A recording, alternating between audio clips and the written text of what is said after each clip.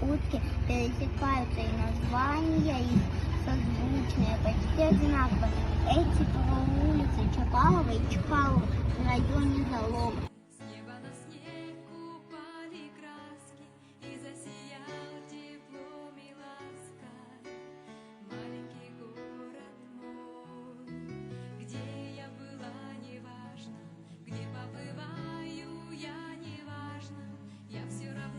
Дом Чапалова стоял на месте, где сейчас жилой дом на проспекте Ленина, 14, возле кинотеатра «Центральный».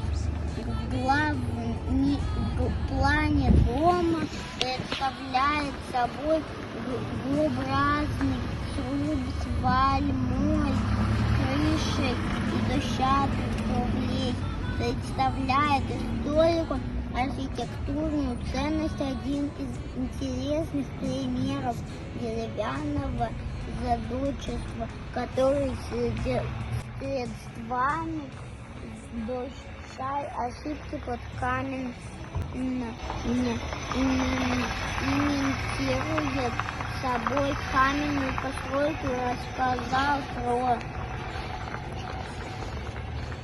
исторический дом секретаря РОВОПИК Александр Дьяконов.